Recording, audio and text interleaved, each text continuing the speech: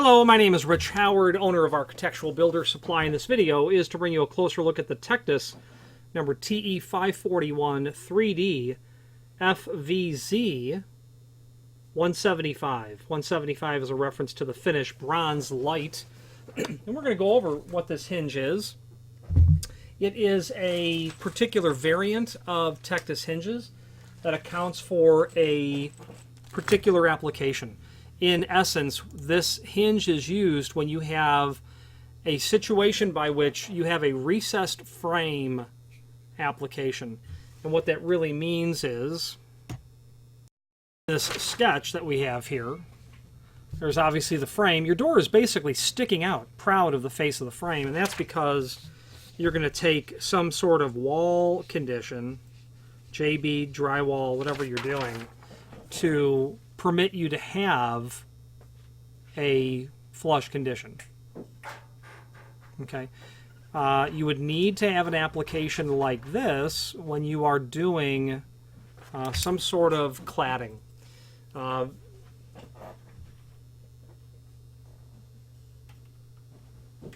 There's not really an elegant way to solve a cladding problem otherwise without making the door stand proud so you can bring your cladding up to it.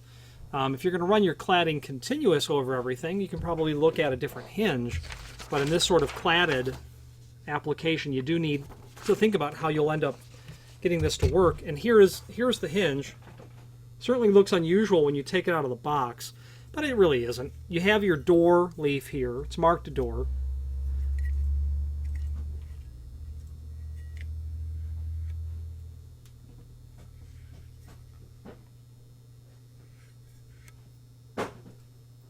Okay.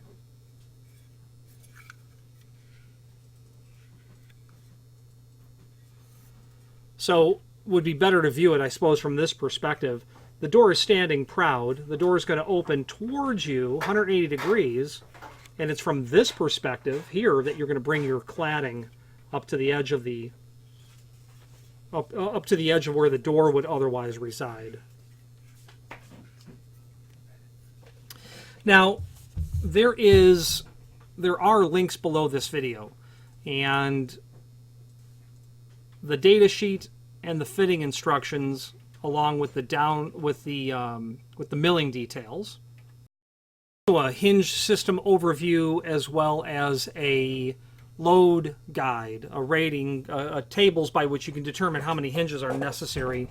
So the data sheet gives us an overview of this hinge in terms of its weight capacity at 220 pounds, an overall length, door width, frame width, router bit, 3/4 inch is the one they want you to use. This will swing to 180 degrees. That frame and door width is telling us how physically large the hinge is itself. Okay, so the descriptive text for this hinge. This is intended for 14 millimeter recessed frame facings. That's your FVZ part of the part number. When you're going to have that sort of a recess between the face of the door and the face of the frame. Completely concealed for unrabbited doors made of timber, steel, or aluminum frames. 3D adjustment, load capacity up to 220 pounds. An opening angle up to 180 degree, overall length 185 millimeter, non-handed, maintenance-free slide bearings, 3D adjustable slide bearings. We've got a height adjustment of 3 millimeter, a lateral adjustment of plus or minus 3 millimeter, plus or minus 1 millimeter on the compression, what they call compression, or laterally, and then a side-to-side dimension of 3 millimeters.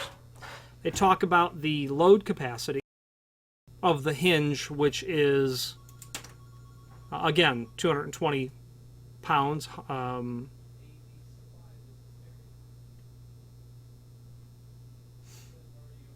Which is actually rated for two hinges are what you're going to get that load rating of 220 pounds.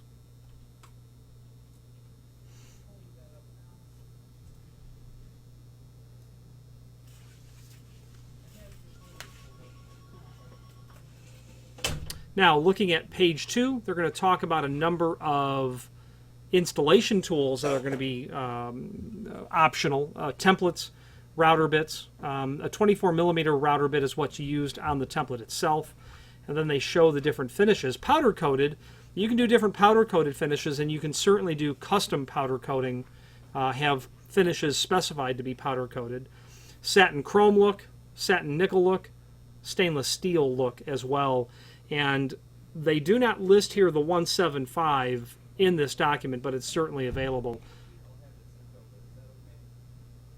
Page 3 of that document gives us an overview of what the door looks like in the 180-degree opening. And you can, at this moment, see why the hinge needs to be built the way it is, with this much wider margin, so that it can basically permit the existence of that cladding that's going to be there.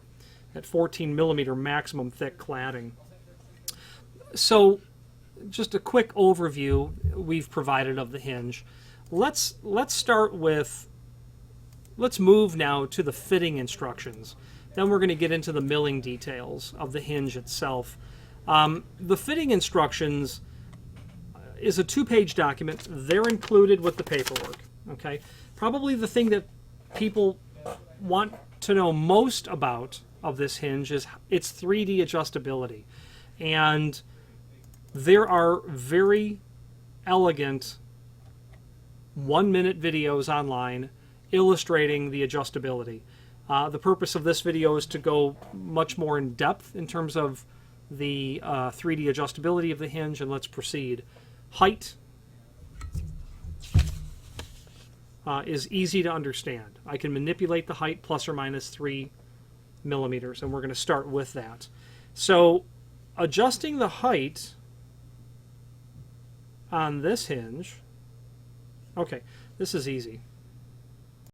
Height adjustment is accomplished is first by slightly loosening the clamping screws. Those 2 screws right there are the clamping screws. Just loosen those. The unit is being shown where the door is at a 90-degree angle. And we can certainly emulate that.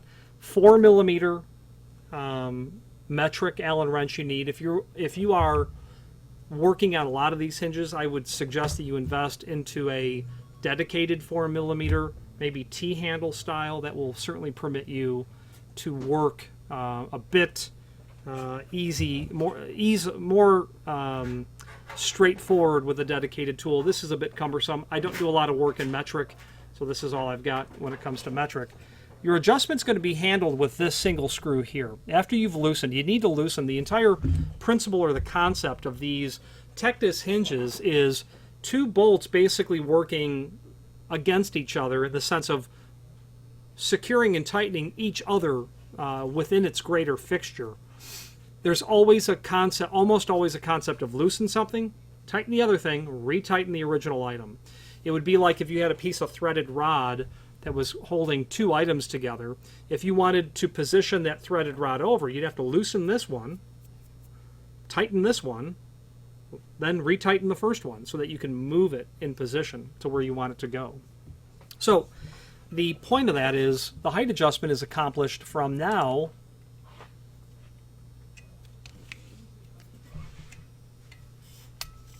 simply turning. You're not going to be able to see this well. Let's get this out of the way. Turning this bolt, and as I do that, you might be able to detect that I'm drawing it up. As I loosen it, and I'm using my finger to put pressure on it, I'm bringing it down. As I tighten it, or clockwise, I'm drawing it up. And once I have it positioned, I then tighten my clamping screws. Then tighten those 2 final clamping screws. Now let's take this apart and see how it works underneath so that we can understand exactly how it's accomplishing this. I've removed that plate, and like the height adjustment works on this ramp sort of principle. Okay, so what happens is I've removed the clamping screws. This set screw is the part that is threaded into the hinge leaf itself. Okay, just thread it in there. you can get the idea. As I tighten that screw, it is literally going to be forced along that ramp. The more I tighten it, the more it's going to move it away from where that bolt wants to sit. That's simply how the height adjustment is accomplished on this hinge. So understanding how it works allows us to better understand how we're achieving this movement. Again, it is basically a principle by which you have competing forces. I have loosened one item, I have tightened the other to where I like it, and then I've completed that by setting the fixing screws, they call it, or these are called clamping screws. And that's how the height adjustment is accomplished. You can certainly understand immediately why you must loosen the clamping screws, because otherwise, as you turn the height adjustment screw against that ramp, unless you've got room for it to breathe, so to speak, it's not going to move. So that's how that's going to work.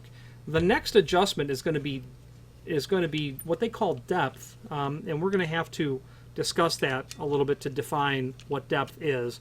I've got this all put back together. Let's start with the depth adjustment, which is going to be it's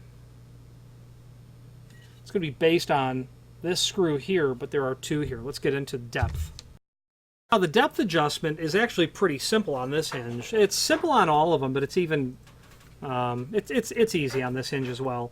So now what I can do is I can take, via the frame leaf, I can make this, remember we're at 90 degrees, I can make this move laterally. What that serves to do is serves to manipulate the hinge as it sits in relationship to the rabbet of the frame. And that can be adjusted by plus or minus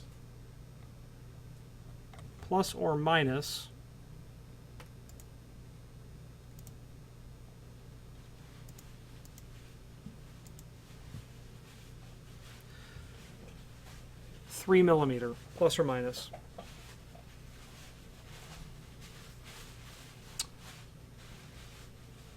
I'm sorry, stand by. 1 millimeter. The compression is what they call it, lateral, as the door sits in relationship to the pocket. So what I'm now illustrating is how I can move the door this way. We know we can move it height. The last adjustment will be this way. Now we're moving it this way. How that's accomplished is simple. You simply loosen these 4 screws, which they are telling us, they call it depth adjustment, fixing screws. So, they use fixing and clamping screws differently. I've loosened 3 of the 4. I'm going to loosen the last one. Okay, so now at this point, door's at 90 degree. I can take my door and I can now move it. Plus or minus 1 millimeter, they're saying.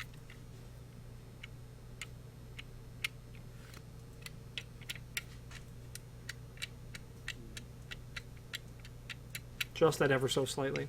Get it into the position that you want, then simply tighten all 4 of those screws. Now the last adjustment is called side adjustment, and that's going to permit you to tailor the margin between the hinge jamb and the door and the strike jamb and the door. And that's just simply done with this screw here and this screw here. And if you just keep your eyes on this margin that's here, I'll manipulate it in the bottom location. Well, I got to do it up at top. And as I move that screw, I draw that out. You can just somewhat tell I'm actually manipulating that, and indeed I am. Drawing it in, drawing it out. And that allows you to basically take that ultimately the door and move it tighter against the jamb, a little bit further away. And that final dimension is this. Okay, that's your 3D adjustability on this hinge. Now, in the conversation of adjustable hinges, I've spoken to advocates of Tectus. I've spoken to people who are quite the opposite of advocates of 3D or any sort of adjustable concealed hinge. My background comes out of a scenario where machining something per the template, meaning accurately, is how it's done. What I'm not really sure of is what people want to get out of the hinge that's adjustable. Do you want to compensate for the machining being marginally off initially? Or do you want to be able to tailor the adjustment of that door over the lifespan of the door? And I'm pretty sure it's going to be the latter. The logic is brand new door and frame works lovely. Imagine a pair of doors on the church. The doors are installed. Well, after a year, 2, 10 years, now the doors are hitting in the middle. And if you look at the gap between the hinge jamb and the door, it was once 1/8 of an inch. Well, now it's 1/4 inch. Doors are hitting in the middle up at the top. And why is that? Well, that's because the hardware literally fatigues with time and age. It would be nice to be able to take a fatigued hinge and adjust it to bring that door back up. You can't do that with a butt hinge. You certainly can't do that with a pivot. With this hinge, you can. So I'm really not sure what draws people to the Tectus product. Is it like, oh, I know my installation, I can be a little looser about where I locate everything because I know I can adjust it? Or it's like, no, I'm going to want to be able to suck that door up, move it, manipulate it as the opening ages and no longer is in the same sort of square, plumb, level, and true condition as it was when it was originally installed. If I had the choice of a rock-solid hinge that I could adjust over time, yeah, I'd probably go for that. The issue that to me is not yet proven is what's keeping the height of the door intact. Well, it's the tip of that screw, that set screw. What's keeping the lateral positioning of the door in place with the frame? It's the compression of screws on the hinge. What's keeping the door in position? Well, it's this fastener here that I've loosened or tightened. And a normal door operating, opening, closing, hitting the jamb, hundreds, thousands, tens of thousands, hundreds of thousands and millions of times, will certainly serve to loosen things, will certainly serve to make those screws move, because they do in very mysterious ways, whether it be the bolt head on a flush bolt that will rotate in time and not allow you to operate the flush bolt. Hinge screws will get loose. Threaded on decorative tips on hinges get loose. Pins rise up over time. It's because the wear and tear of the hinge leaves. Vibration will make things move that you don't expect them to move. And a classic example is if you were to study the technology of safes, the history of safes, how locks work, combination packs work that govern safes. The principle of those is there are wheel packs, and they have a notch cut in the wheel pack called the gate. Well, the fence, when all the wheel packs are aligned, there's 3 of them, maybe 4, so many to the right, so many to the left, so many to the right. What you're doing is you are rotating that furthest wheel pack, the wheel. Then when you rotate the opposite direction, you're bringing the other one in alignment, and then the outer one in alignment, so that all their gates are aligned, so that the fence can drop in. You can pull the handle and pull the bar back. When the wheel packs are out of alignment, the fence can't drop in. What they discovered on boats, seagoing vessels, decades and decades ago, that the very vibration of the action of the boat itself would force those wheel packs to all align, because the lightest part of that wheel pack was where the gate was, pointed right towards the top. And they literally discovered that vibration would just, over time, cause a safe to become unlocked.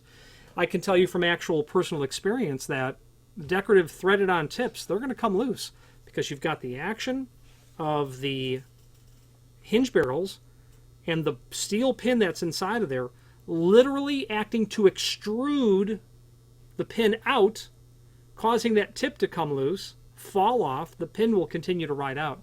So I wouldn't go so far as to say that I'm suspect of the long-term health of a hinge that can be adjusted in multiple positions, and it's because I don't have any data.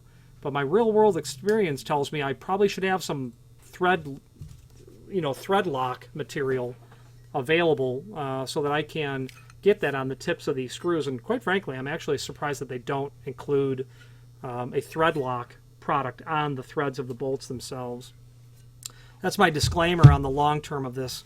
Let's move on to the next document in the series of documents.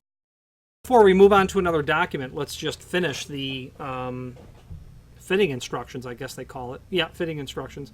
And not to go over what's already been gone over, let's talk about, they do show a visual on the installation. Page 2 shows milling dimensions.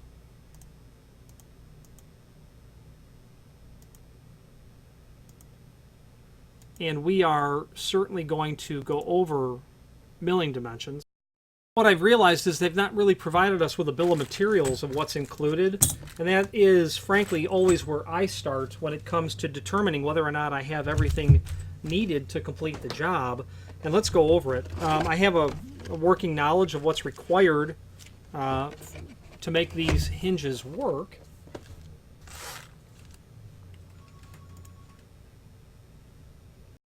Go through all the parts that are included. You're going to get a couple of face plates, and you'll need a total of 4. A total of 4 per hinge.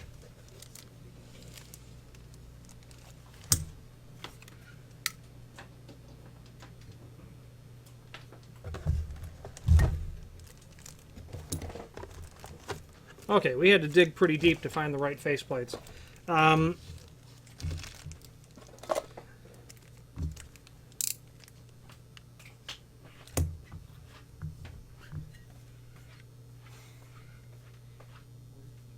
On the door portion,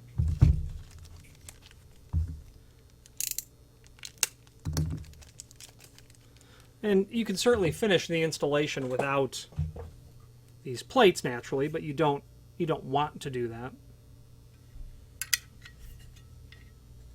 Oh, door portion, forgive me. Okay, so your plate's going to look like that. So I've got 2 that have that little giddy up, and then I've got 2 without, which are for the frame portion. So we know we've got our faceplates. As you look into the fastener package, the 4 screws were included to hold those faceplates on. The fastener package itself requires a little bit of explanation. You're going to get 8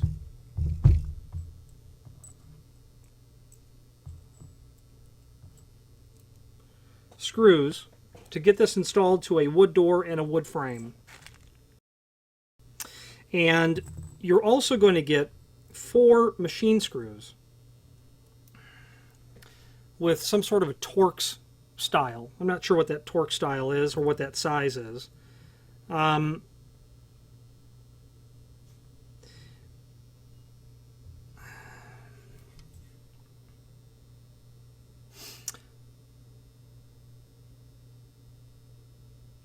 When you install these hinges,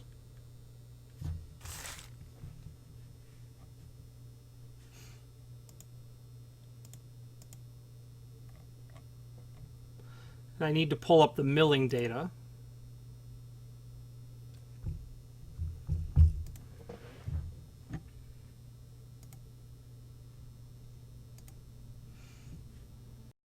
I stand corrected, we actually don't need the milling data, we're just looking at the installation instructions. This will come out of the box equipped to go to a metal construction frame, steel or aluminum, or wood, a casing frame they call it, or a block frame. Those 4 screws, the machine screws, and I believe they're an M5 by 20 millimeter, 2 top, 2 bottom. Now, if you happen to be doing A steel door, they sell a receiver that would be used for the internal construction of the door, and it will include the machine screws. So they are literally sending you enough screws to do wood frame, wood door, steel frame, or metal frame, aluminum frame, wood door, but the door is always wood.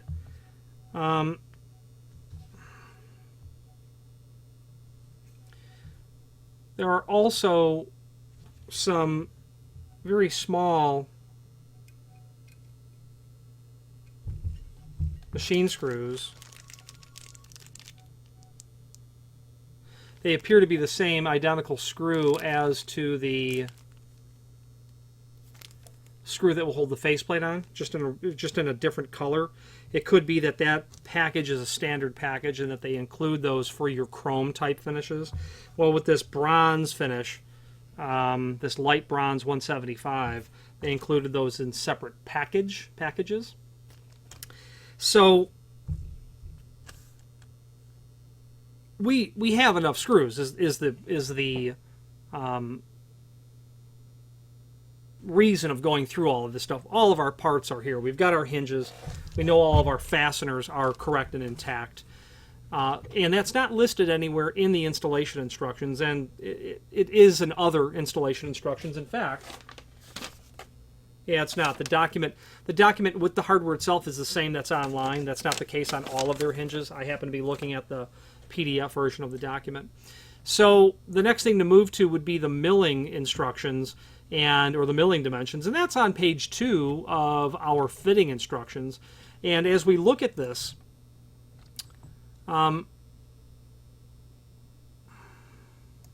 move forward, they do make a steel frame receiver as well, which you could purchase so that you don't end up having to make your own. Study the milling information. You're lacking information on the installation instructions.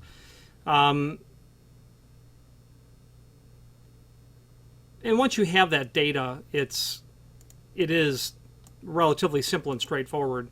So the bottom line is they're giving you on the milling dimensions for your doors, they're giving you a height, an overall height of 185 millimeter. They're giving you a height of 100 and PDF is a bit muddy. Oof.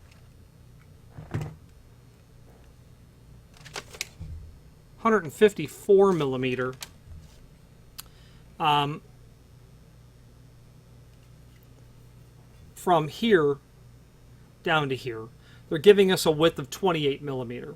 So the way that I would consider prepping this would be to give a body prep where I would do the 154 millimeter prep in my frame. That will give me this 28 millimeter wide, and then the depth that they were calling out of 30 millimeter, okay, here. Then I would go back and I would do 185 millimeter minus 154 millimeter just to give me this, and then the thickness of this, which they have at 10 millimeter, okay? And you'll use the same logic for the door, except that the door needs a little bit of extra room inside of it to account for the way that the body has this projection hanging out. What's missing is where to position the material as measured from the face of the frame, and that dimension is actually something that we can look at on page 3 of the data sheet, where they're showing us a aluminum frame facing dimension. You could see that what they're showing in more than one position is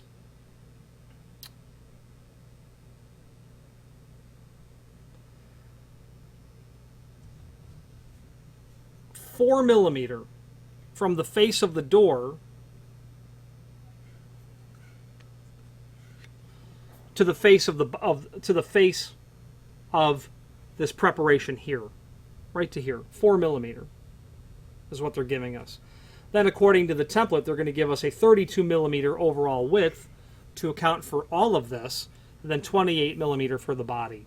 So you'll need to make a marginally wider preparation according to the milling paperwork, where it flares out a little bit on the side to account for that body to fit inside of there. They're showing a 14 millimeter dimension for what would ultimately be your cladding. Now, their documentation indicates that you can have this work for you.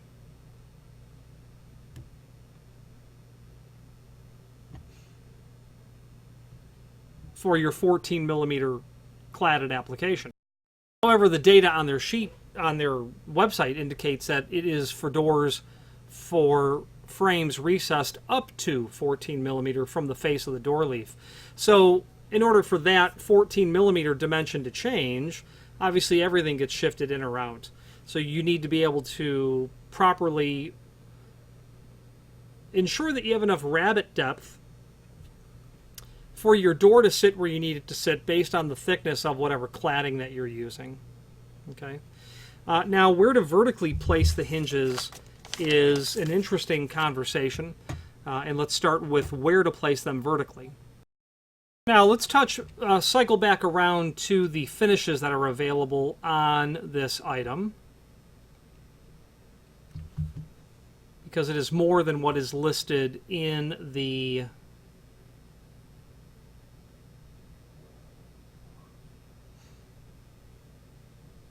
forgive me, I had to find where that was. I'd lost the link.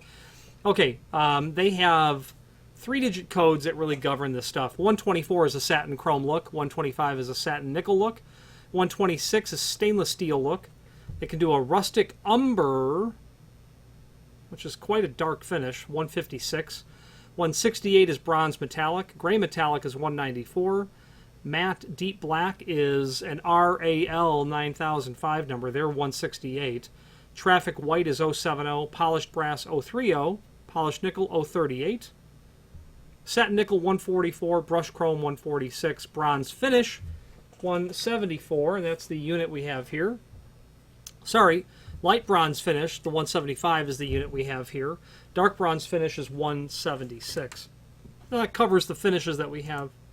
Now, do also show the steel frame and steel frame receiver and the metal door receiver.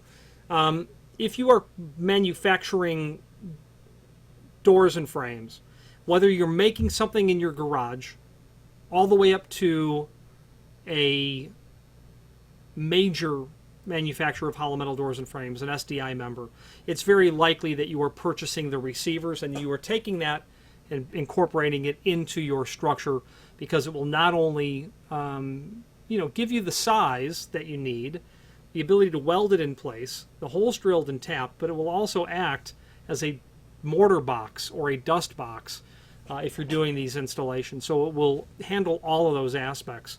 And while a hollow metal manufacturer does not need to purchase the receiver to make mounting tabs, the receiver gives you other advantages. The mortar box capability certainly is what it will give you to block out everything else. And why that matters is that without that receiver, if you've got just a couple of tabs, which is fine, you don't have any way to better stop the encroachment of particulate from the wall from seeping into the space, the living space, or onto the surface of the frame and the hinge. So those items would certainly be helpful in order for you to have a nice, clean installation.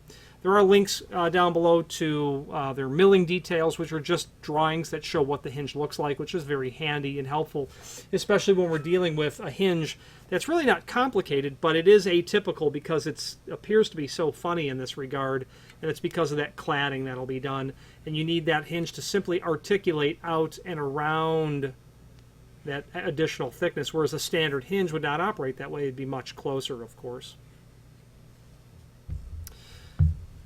Then there is a document called System Brochure, and we're going to briefly touch on the System Brochure. The document starts with an overview of the hinges as they relate to their applications and their weight rating. Applications are going to be rabbeted or unrabbeted sorts of applications. A rabbeted door is certainly a special animal, so to speak, that you would certainly need a custom hinge for, showing that rabbet that's there. Okay, your door and frame will need to be made to account for that. So therefore your hinge has to account for it.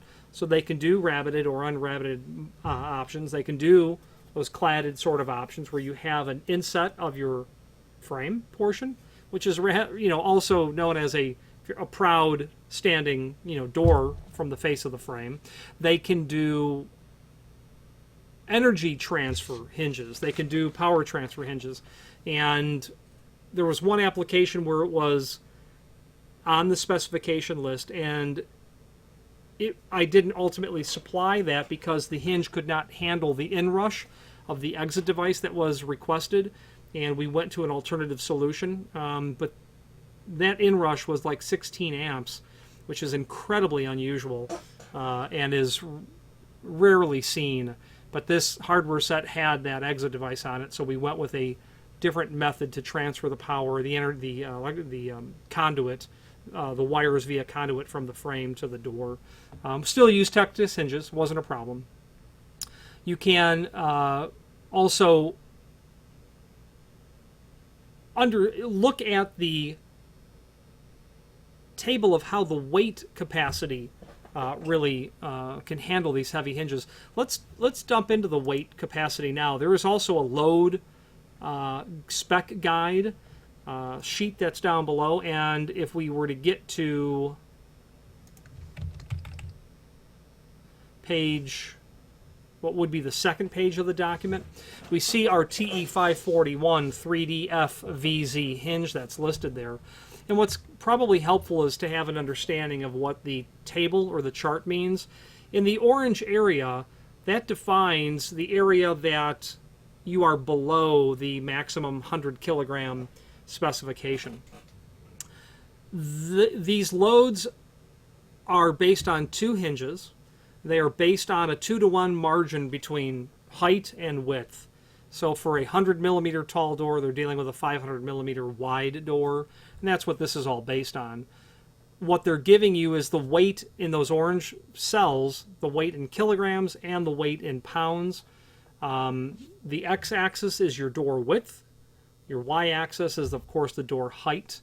And you can see how that changes. So if you're dealing with, a 3070 door, you're certainly going to be well within the range of this hinge. And in fact, you can use technically a hinge that's rated for a lot less weight. So this is going to be for a door that's going to weigh a bit more than your typical 3070. Maybe a wider door, and certainly a door that is a little bit taller than standard. So be mindful that that's what that table is for. Orange is safe, so to speak, based on two hinges. And as you look through the rest of that load spec guide, there is an explanation on page 1 that talks about everything that we've just simply discussed. The rest of the document covers other hinges, of course, but at the end of the load spec guide on page 4, they're giving you a recommendation in terms of quantity of hinges and where to locate those hinges. So where to locate those hinges, they have a chart that says application with increased load capacity. They are showing a very European style placement of the top two hinges, basically soldier stacked, relatively close to each other. And then a third hinge down below. And we're going to get to the quantity of hinges in a moment. Keep in mind the load is based on two hinges. If you are going to be in the realm of a heavier door, you're certainly going to want to use an additional hinge, but place it up towards the top. And what the truth of the matter is, the engineer from a well-known manufacturer of continuous hinges told me it's known that 70% of the weight of the door is borne by that top hinge. So that means that your second hinge, your third hinge, maybe your fourth hinge, they're really just along for the ride. And if you have a heavier door or a wider door, get those two hinges up at the top. Now that clashes with industry standards here, certainly in the United States, but you'll see it commonly not only in Europe, but if you take a cruise, those cruise doors, the doors in cruise boats, They have 2 hinges up at the top. Those doors are made in Europe. It is simply a better method in terms of carrying the load of the door, the weight of the door. According to that data, that tells us 70% of the weight of the door is carried up at the top. Now, you're also relegated to following standards and conventions as defined by the door manufacturer. Now, you'll notice how they want you to bias that hinge if you're dealing with a heavier unit.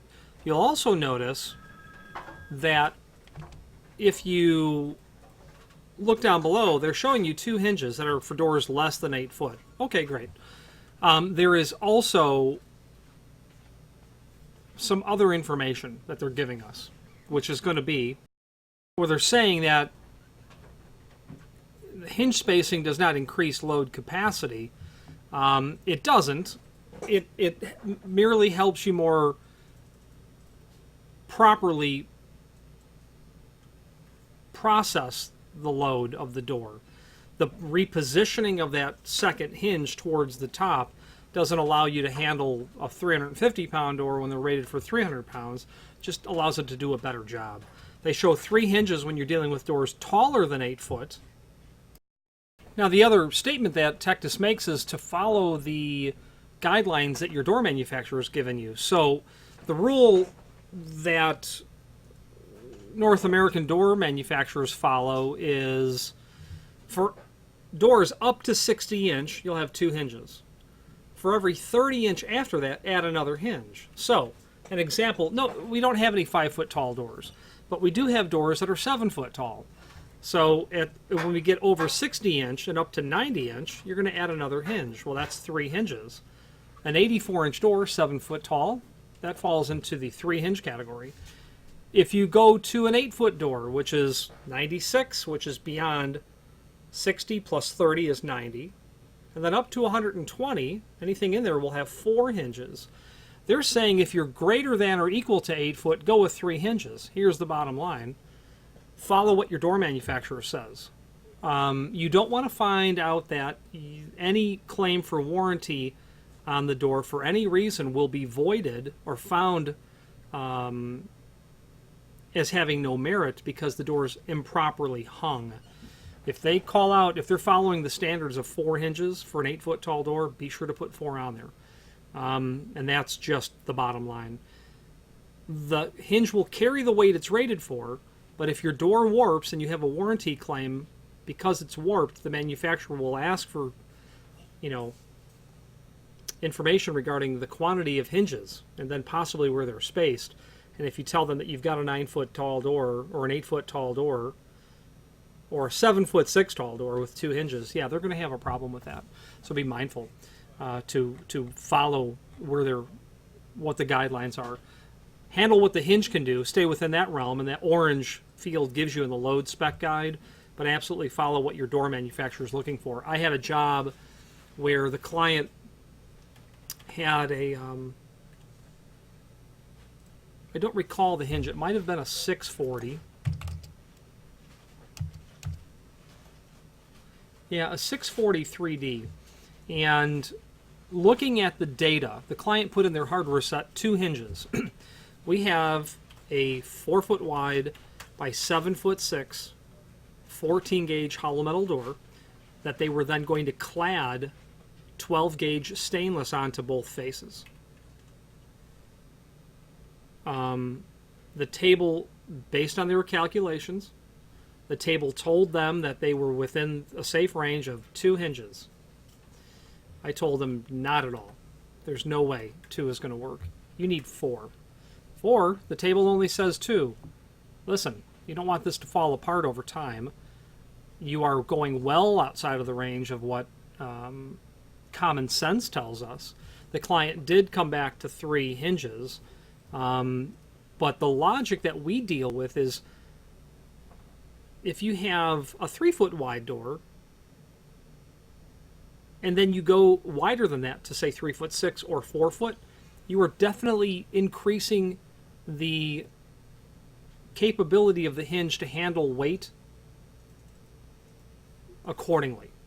4.5 inch tall hinges go to 5 inch when you go wider than 3 foot. Having a door closer added also reduces load capacity by 20%. This door certainly had a door closer. That closer is basically helping push that door down with gravity every single time that it's cycling open, cycling closed anyway. And it had all of these things going for it. Exceptionally wide, exceptionally thick and heavy, on the brink of requiring 4 hinges. And I'm going to coincidentally be in that area next week in New York. I'm going to check out the integrity of that installation to see how 3 hinges were faring. Placed in the standard locations, mind you. I would have used 4 hinges. Absolutely, I would have. So back to the system brochure. It goes on to talk about the virtues of the Tectus system, which of course being concealed is the hallmark. Being concealed is really great. Love it. Lots of people love it. And it's because you don't see the material. That is really important to a lot of designers, a lot of specifiers, a lot of owners and users. They don't want to see the hardware at all. That's why a lot of people love them, because they're concealed. They also go to extent to make their latching, pulling hardware, their operating hardware as concealed as possible as well. Mortised edge pulls and roller latches, and you can really go a long way to disguise the entire look of what you're doing by using concealed hardware. And it's great. And Tectus hinges and their ilk are great because you can do so in a compliant way, meaning you've gotten away from center hung pivots, which are great because they're concealed as well, but they don't hold up very well if there's a warranty claim for warp. And you have to treat those doors because of the location of the vertical axis of pivoting, and we're going to talk more about that in a moment. Concealed, they can do these applications where you can have flush, inset, or for cladding, like we've discussed with this 541 hinge. Load capacities from 60 to 300 kilograms, so you can hang exceptionally heavy doors. Comfortable 3D adjustment. We've demonstrated its adjustability. This will open to 180 degrees, not without a problem at all. Assuming your wall condition doesn't modify anything. You can do them for rabbeted or just square edge doors. You can do you can work with wood, steel, aluminum, fiberglass. Maintenance-free slide bearing technology. Okay. Now, what you're going to be looking at in terms of the vertical axis of pivoting. Just keep your eye on that pin that's there. Door is open at 180 degrees. I'm going to close the door.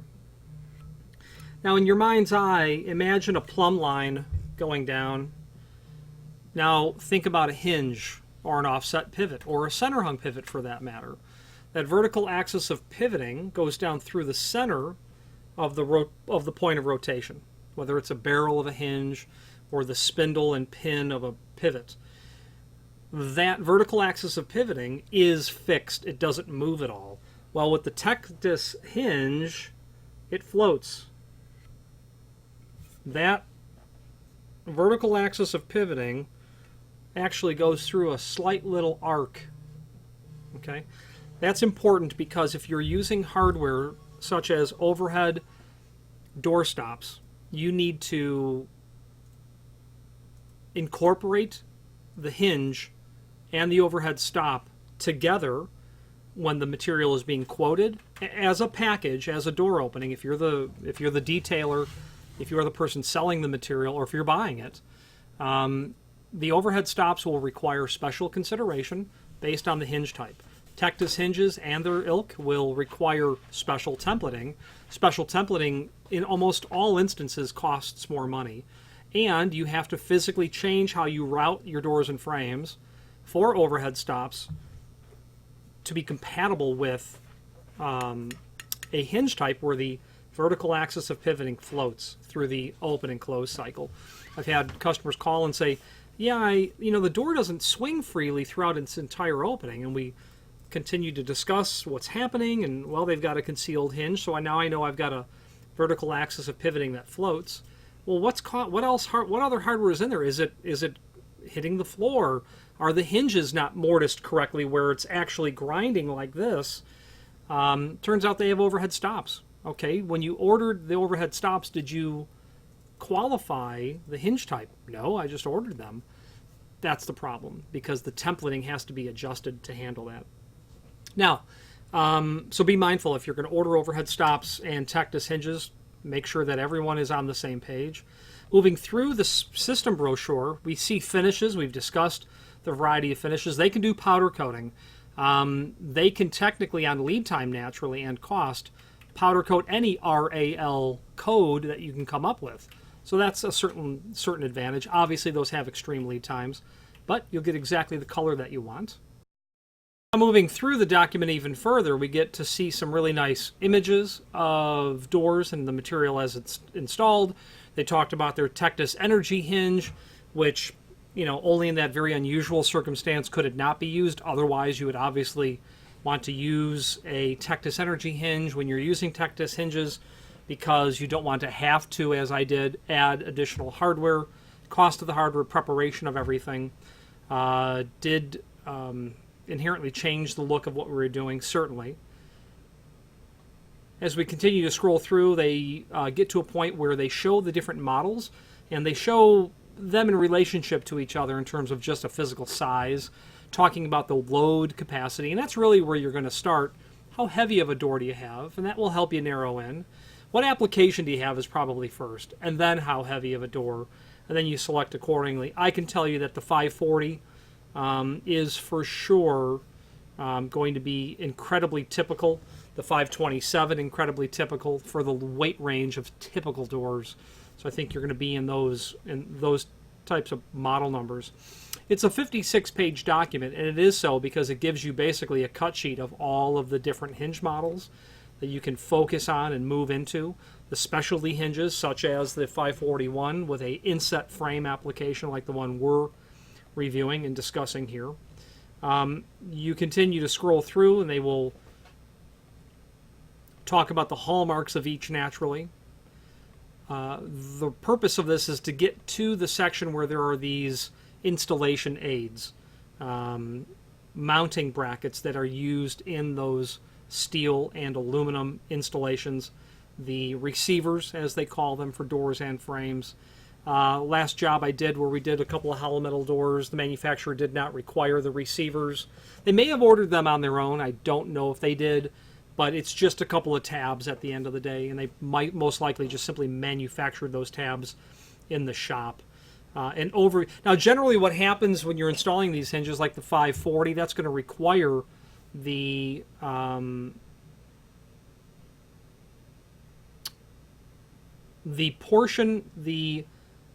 mounting box to be removed from the hinge assembly, and that gets attached to the frame, and then you mount your hinge to that plate itself. So that's pretty typical. This model does not feature that requirement. Everything just gets screwed directly. They have a really nice page on the 41st, page 41. They give a really great overview, laying out where all of the screws are and the plus or minus values for hinge adjustment. So that's really nice. I frankly would put that at the front of the catalog. It's the hallmark of the Tectus hinge. They're not the only people who make concealed hinges, but they've got this, and they're not the only people who make adjustable hinges as well. I've done a review on another manufacturer who makes them, but I would put that up front. The adjustability. That's what you're getting people to spend all the money on these hinges, in my opinion. Whether or not you agree that it's necessary is another story. The same hinge location guide, where to locate the hinges as we scroll through it. The finishes are shown there very nicely on page 43 and show you a representation of what the hinge looks like in terms of the finish. Their 175 doesn't look as rich as this finish does. Theirs looks a little duller. This is a very nice, rich color that we see here. It's vibrant. I would say the actual product looks better than the photograph that you're looking at. Then they get into milling details of all their hinges, showing you how to mortise that material. It's nice to have the router bit that they recommend, that 24 millimeter diameter, and that's because you're going to see in certain places a 12-inch radius, and you might want to invest just simply in the right diameter router bit for the application, so you don't have to go back and possibly rework any part of it you know, you're going to use a router bit anyway. I don't know what a 24 millimeter 2 fluid carbide router bit costs. I would imagine it can't be really any different than anything else beyond that.